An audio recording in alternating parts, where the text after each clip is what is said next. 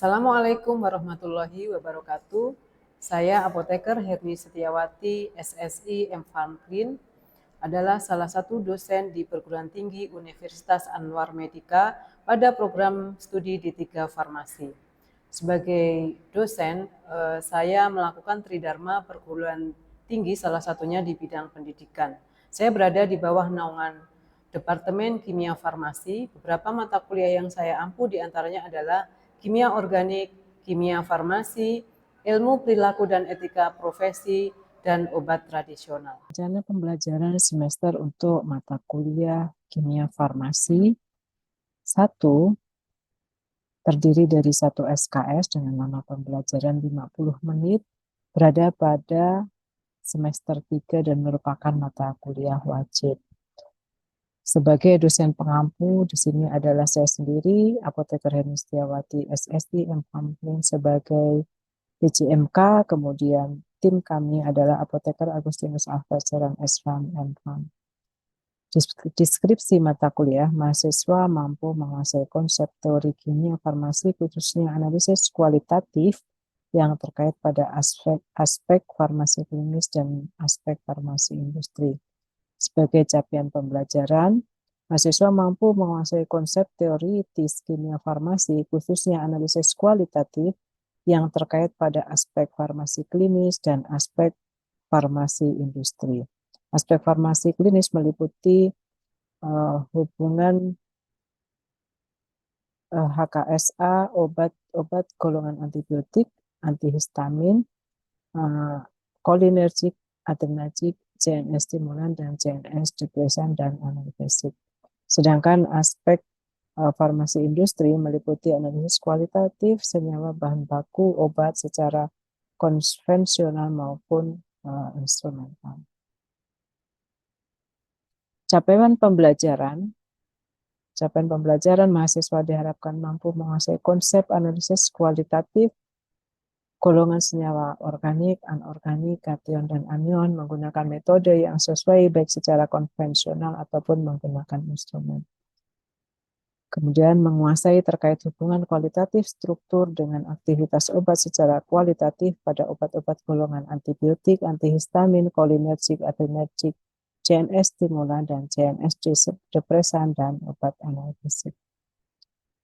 Capaian pembelajaran lainnya, mahasiswa mampu menjunjung tinggi nilai kemanusiaan dan menjalankan tugas berdasarkan agama, moral, dan etika. Mahasiswa mampu menunjukkan kinerja mandiri, bermutu, dan terukur. Mahasiswa mampu mengintegrasikan aspek kimia analisis kualitatif farmasi pada lingkungan farmasi klinis dan industri. Mahasiswa mampu mengelola kelompok kerja, bertanggung jawab terhadap pekerja sendiri maupun kelompok, serta menyusun hasil dan laporan tertulis secara komprehensif. Untuk materi pembelajaran, di sini mata kuliah prasyarat sebelum mengambil kimia farmasi adalah mata kuliah kimia dasar dan kimia organik. Selanjutnya, pada materi awal sebelum ujian tengah semester adalah analisis kualitatif senyawa organik, analisis kualitatif senyawa anorganik, kemudian anorganik untuk penggolongan kation, kemudian anion, kemudian analisis kualitatif menggunakan spektrofotometri dan menggunakan KLT, kemudian tandem antara KLT dan densitometri, kemudian HKSA dari obat-obat antibiotik dilanjutkan dengan obat analgesik, antihistamin, stimulan, obat-obat CNS depresan, HKSA obat adrenergik, dan HKSA obat kolinergik. Berikut adalah beberapa literatur yang digunakan pada mata kuliah ini. Di antaranya adalah Vogel Textbook of Macro and Semi-Micro Qualitative Inorganic Analysis, kemudian General Chemistry and Qualitative Analysis, Vogel Textbook Chemical Analysis, kemudian An Introduction to Medical Chemistry, Dan beberapa literatur lainnya termasuk di sini adalah jurnal-jurnal yang terkait dengan materi, baik nasional maupun jurnal internasional. Sistem pembelajaran yang digunakan adalah pembelajaran berbasis outcome based learning atau OBE dengan mengacu pada CPL dan CPMK. Sedangkan untuk model pembelajaran dalam bentuk tutorial integrated reading, kemudian problem based learning. Metode pembelajaran dilakukan secara sinkronus, menggunakan tatap muka secara langsung maupun Zoom meeting, dan asinkronus menggunakan media e-learning Universitas Anwar Medika dalam bentuk men-share materi, penugasan, dan pengumpulan tugas ataupun ujian. Tahap pembelajaran sinkronus meliputi pendahuluan, salam sapa, review materi dan tugas sebelumnya, penyampaian indikator pembelajaran. Kemudian dilanjutkan dengan penyampaian inti materi dengan pemaparan materi, diskusi, penyampaian tugas ataupun kuis, dan penutup kesimpulan pemberian informasi materi pertemuan selanjutnya dan salam. Interaksi dosen dengan mahasiswa yang sinkronus bisa melalui Zoom meeting atau Google Meet, tatap muka langsung, ataupun dalam bentuk interaksi tanya jawab, diskusi, kasus, dan presentasi. Kemudian asinkronus e-learning dalam bentuk Google Classroom dan grup WhatsApp. Sebagai asesmen atau penilaian mengacu pada SNDP dan kebijaksanaan perguruan tinggi, di mana mencakup penilaian terhadap keaktifan mahasiswa, kemudian tugas, kemudian kuis ataupun pretest dan posttest, kemudian UTS dan UAS. Kemudian penilaian berbasis OBE berdasarkan capaian pembelajaran dengan memberikan evaluasi terhadap materi dengan komposisi tertentu. Kemudian untuk rubrik penilaian terdapat kriteria kemampuan memaparkan isi makalah pada tugas-tugas berkelompok seperti sistematika makalah, kelengkapan cover daftar isi, kata pengantar, kelengkapan teks utama makalah, dan daftar pustaka dengan ring penilaian 0 sampai 15, kemudian teks utama makalah atau pendahuluan berisikan latar belakang permasalahan dan tujuan. Bagian ini memaparkan materi yang relevan dengan masalah dengan deskripsi dan berbagai sumber dari berbagai sumber seperti buku, jurnal, artikel. Bagian penutup memaparkan kesimpulan dan saran dengan skor nilai 0 sampai 60, kemudian tata penulisan dan bahasa 0 sampai 25. Di nilai kemampuan memaparkan isi masalah adalah 60% dikalikan. Assalamualaikum warahmatullahi wabarakatuh. Waalaikumsalam warahmatullahi wabarakatuh. Apa kabarnya hari ini? Sehat semua ya? Alhamdulillah sehat, Bu. Ya, baik. Pada kesempatan kali ini kita akan melanjutkan materi teori kimia farmasi dengan pembahasan tentang analisis kualitatif anorganik. Suara Ibu bisa jelas didengar ya? Jelas, Bu. Oke, baik. Sebelum dimulai, saya persilahkan untuk berdoa terlebih dahulu. Mungkin bisa dipimpin salah satu. Poni atau Lia, monggo silakan. Ya. Sebelum kita mulai, marilah kita berdoa menurut keyakinan masing-masing. Berdoa dimulai.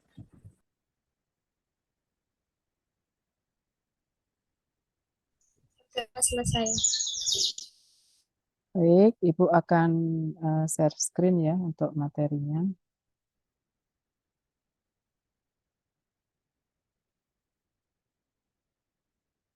Ya, sudah bisa terlihat ya? Sudah, Bu. Bisa, Bu. Oke. Jadi untuk materi kali ini tentang kimia analisis anorganik ya. Capaian pembelajaran yang diharapkan yaitu mahasiswa mampu mengidentifikasi zat organik dan atau mengetahui ada atau tidaknya zat organik tersebut di dalam suatu sampel. Secara capaian materi yang diinginkan adalah mahasiswa mampu melakukan identifikasi dimulai dari identifikasi pendahuluan, penggolongan, dan penetapan sampel anorganik baik dalam bentuk kation maupun anion. Nah, sekarang kita lanjut ke uji pendahuluan terlebih dahulu ya.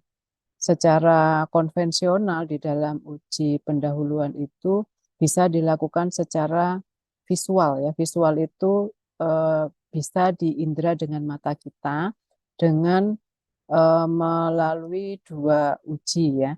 Yang pertama menggunakan uji reaksi kering ya, kita sebut dengan reaksi kering. Kemudian yang kedua adalah uji dengan reaksi basah gitu.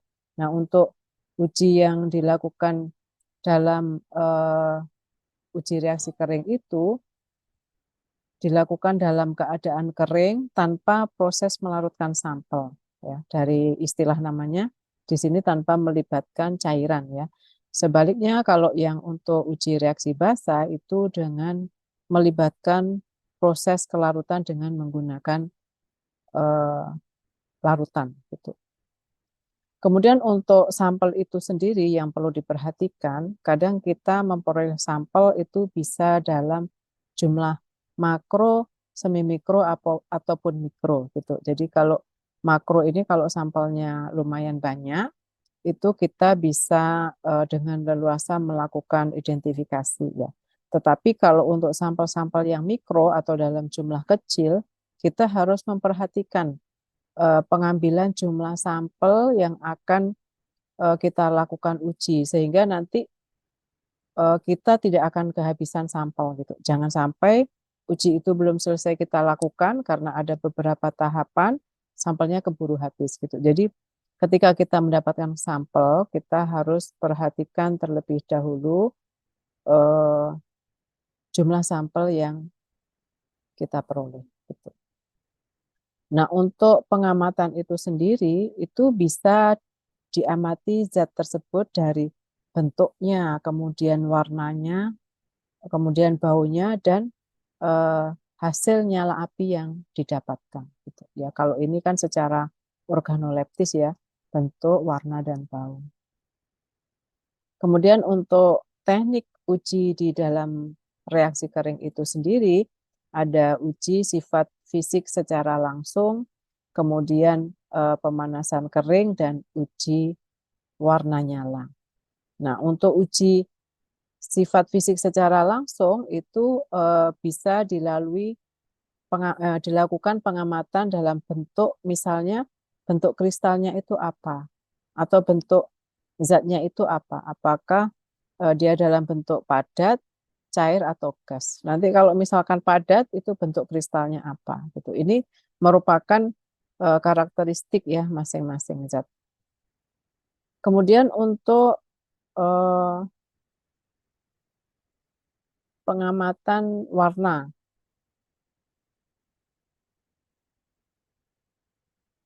Untuk pengamatan warna, beberapa senyawa mempunyai warna yang umum, contohnya warna merah, kuning, hijau, dan hitam.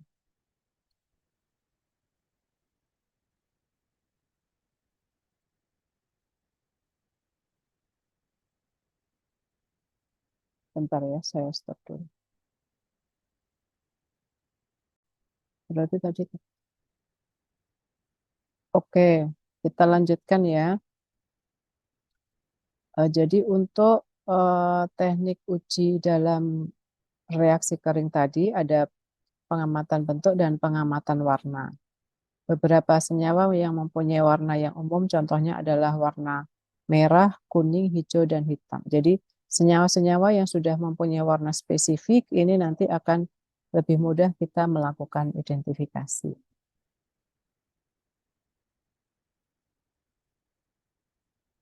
Nah, ini adalah contoh-contoh senyawa yang mempunyai warna khusus ya.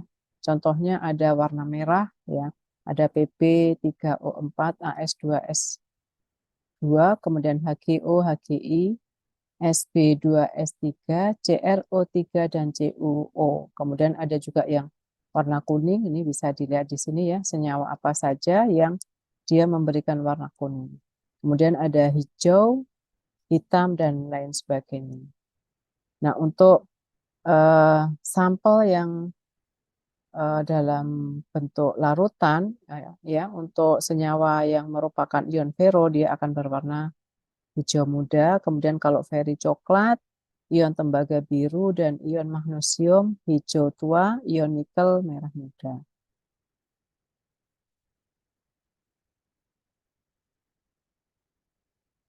Kemudian cara melakukan reaksi warna itu sendiri, senyawa diletakkan sedikit zat dalam tabung uji yang kering dan dibersihkan.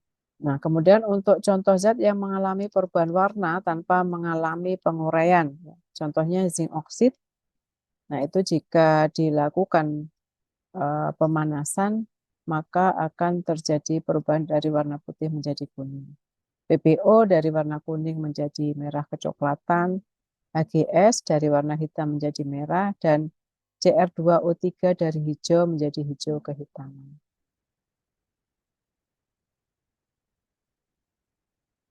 Contoh hasil pengamatan dan kesimpulan dari uji pemanasan, contohnya adalah keluar gas atau tercium bau atau uap. Ya. Keluar air bersifat basa adalah golongan garam amonium, kemudian keluar air bersifat asam adalah garam dari asam kuat yang mudah terurai.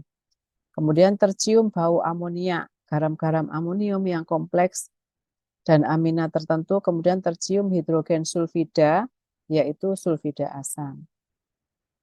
Itu apabila kita melakukan pemanasan ya. Kemudian untuk uji nyala api,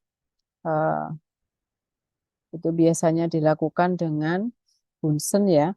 Untuk uji warna nyala dilakukan dengan cara menggunakan kawat yang sudah dicuci dengan HCl, kemudian ditempelkan sampel dan dibakar secara langsung di api berwarna biru. Kemudian amati perubahan warna yang timbul. Ini bisa menggunakan Bunsen atau lampu spiritus ya. Unsur-unsur alkali dan alkali tanah pada umumnya berwarna jika dipanaskan dalam api secara langsung. Nah, ini adalah contoh warna yang timbul apabila kita melarutkan senyawa yang kita uji tadi ke dalam kawat ya. Kemudian ini tadi ya penjelasannya. Ya, kawatnya dicuci dulu dengan HCl, kemudian dicelupkan ke dalam sampel kita. Setelah itu dibakar, bisa menggunakan Bunsen ya, nyala api dari Bunsen ataupun dari lampu spiritus. Nah, bentuk warna dari nyala ini adalah spesifik di dalam suatu senyawa. Gitu. Nah, ini adalah contoh hasil pengamatan dan kesimpulan dari uji warna nyala. Untuk uji kelarutan itu sendiri sebetulnya tahapannya itu pertama menggunakan air dulu ya, air biasa, kemudian air yang dipanaskan. Ya, ini contohnya ya, air biasa atau air dingin biasa kemudian dipanaskan. Kemudian menggunakan HCl ya, senyawa yang bersifat asam. Untuk contoh hasil pengamatan dan kesimpulan pada uji kelarutan, dalam pelarutan air atau HCl encer yang larut antaranya adalah biru adalah tembaga, hijau adalah nikel, kuning adalah kromat atau heksasianoferat. Nah, sebagai catatan untuk keperluan pengujian kelarutan diperlukan zat dalam jumlah sesedikit dalam volume pelarut yang sesuai. Kan tadi di awal sudah saya sampaikan ya. Dan ini banyak ini yang mau kita reaksikan. Jadi kita harus perkirakan dalam saat mengambil sampel itu bisa digunakan sampai kita menemukan hasil gitu. Kemudian pengujian dilakukan mula-mula dengan pelarut air dalam keadaan dingin, setelah itu dikocok kuat dan diaduk. Uji kelarutan berbagai macam garam dalam air dapat digunakan memperkirakan jenis anion yang terdapat di dalam sampel. Untuk garam klorida dan bromida larut baik dalam air kecuali perak dan merkuri. Untuk timbal 2 dia klorida larut dalam air panas. Kemudian garam iodida larut baik dalam air kecuali perak, merkuri, dan merkuri 2. Iodida sedikit larut dalam air. Ya. Jadi kita untuk materi kali ini kita cukupkan sampai di sini. Nanti untuk uji penggolongan ya, penggolongan itu nanti berarti sudah mulai pada uji anion dan kation ya. Itu kita lanjutkan di pertemuan berikutnya. Nah, ini sampai di sini mungkin ada yang mau didiskusikan sebelum saya lanjut ke materi berikutnya. Baik, kita lanjutkan. Jadi beberapa hasil penelitian yang di mana penelitian tersebut diawali dengan analisis kualitatif ya. Jadi kalau kita mau melakukan penelitian, sebelum kita melakukan analisis kuantitatif, misalnya kita mau menghitung kadar suatu zat di dalam suatu sampel, kita harus lakukan analisis kualitatif terlebih dahulu. Nah, ini adalah contoh penelitian yang pernah dilakukan oleh kakak tingkat ya terkait analisis kandungan borak di dalam sampel pentol bakso ya. Jadi kan kalau mahasiswa biasanya sukanya makan bakso ya. Nah di situ pada sampel pentol bakso itu ada peluang penggunaan bahan-bahan tambahan ya. Salah satunya adalah pengenyal.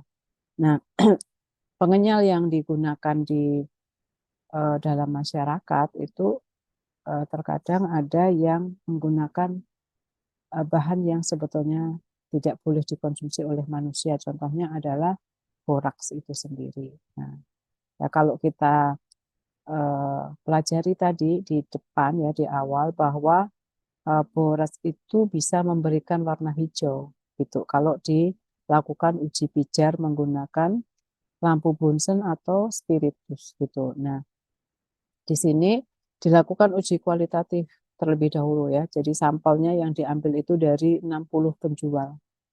Masing-masing sampel dilakukan preparasi kemudian dibakar ya. Ini tidak menggunakan lampu Bunsen tapi langsung dibakar di dalam cawan porselin. Nah, coba kalau yang Anda lihat kan kalau boraks memberikan warna hijau, mana kira-kira yang positif? Ada yang positif atau tidak? Ada Ya, yang mana, Poni? nomor 60. Ya, ya, 60. kelihatan ya di nomor 60 ini ya, ini warnanya hijau. Nah, sebetulnya untuk senyawa yang reaksinya spesifik begitu, kan kalau tadi kita ikuti tahapannya itu setelah uji pendahuluan, penggolongan, nanti kemudian reaksi penetapan ya. Ini juga bisa sekaligus sebagai penetapan. Kalau memang spesifik warna ini hanya ada pada sampel senyawa yang mengandung borak. Ini sudah bisa sebagai reaksi penetapan juga. Jadi di antara 60 sampel itu terdapat satu sampel yang mengandung boraks. Ini adalah contoh penelitiannya. Nanti setelah itu baru dilakukan analisis kadar ya. Kadarnya baru dihitung. Nah, kemudian ini penelitian lain juga ya yang sudah dilakukan oleh mahasiswa di tiga farmasi menentukan kadar hidroquinon ya, kandungan hidroquinon dalam sampel krim pemutih yang dijual melalui online shop ya, marketplace ya, online shop. Nah, di sini untuk uji kualitatifnya itu menggunakan reagen FeCl3, benedik, dan fluorokusin. Nah, nanti setelah kita tahu, oh dari sekian sampel, ternyata ada 2 sampel yang diindikasikan secara kualitatif mengandung hidroquinon. Ya, ini kan hidroquinon ini tidak boleh dijual bebas ya kalau di dalam krim, dia harus menggunakan resep dokter gitu. Jadi kalau misalnya dijual di pasaran secara bebas itu bisa membahayakan konsumen. Nah, dari hasil sampling melalui pembelian secara online itu dari berapa nih? 1, 2, 3, 4, 5, 6, 7, 8, 9 sampel, ada 2 sampel yang positif. Gitu. Ini contoh-contoh yang di ini ya, di pasaran ya. Nah, untuk hari ini akan saya berikan tugas, kan kalau tadi untuk jurnal lengkapnya bisa diakses di Google Scholar atas nama Ibu ya, nanti bisa dicek kalau pengen tahu lengkapnya seperti apa. Selain itu untuk menambah wawasan juga akan Ibu berikan tugas melakukan penelusuran literatur dari jurnal nasional terakreditasi ataupun internasional bereputasi dengan konten materi mengenai analisis kualitatif organik atau anorganik. Sampai di sini mungkin ada yang mau ditanyakan, saya persilahkan.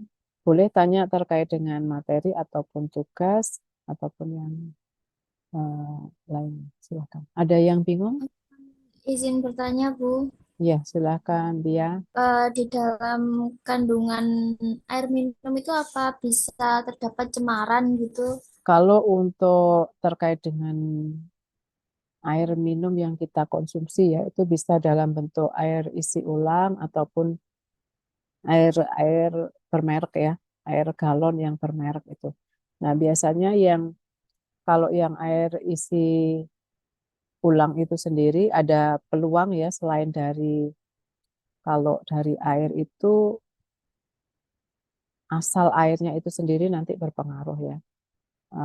Selain itu juga ada cemaran yang berasal dari mikroba. Jadi selain berasal dari senyawa anorganik, kemungkinannya kalau misalnya airnya itu tidak dari sumber tertentu seperti mata air yang mengalir gitu, misalnya dari air keran itu ada peluang cemaran dari klor ya, Cl. Membahas kayak merkuri di kosmetik itu kan ya. Itu Ya. termasuk senyawa organik apa anorganik ya, Bu? Kalau merkuri itu termasuk anorganik ya. Dia kan logam. Jadi untuk analisisnya nanti termasuk ke dalam analisis anorganik gitu. Jadi tergolong pada logam. Itu ya. eh, Mila, ada lagi mungkin? Sudah cukup? Bisa kita kumpulkan 2 minggu ke depan ya untuk tugasnya. Kalau tidak ada lagi yang mau disampaikan, hari ini saya akhiri. Terima kasih atas perhatiannya. Sehat terus, tetap bahagia. Saya akhiri. Wassalamualaikum warahmatullahi wabarakatuh. Waalaikumsalam warahmatullahi wabarakatuh. Terima kasih, Bu. Wabarakatuh. Baik, sama-sama. Waalaikumsalam. Terima kasih.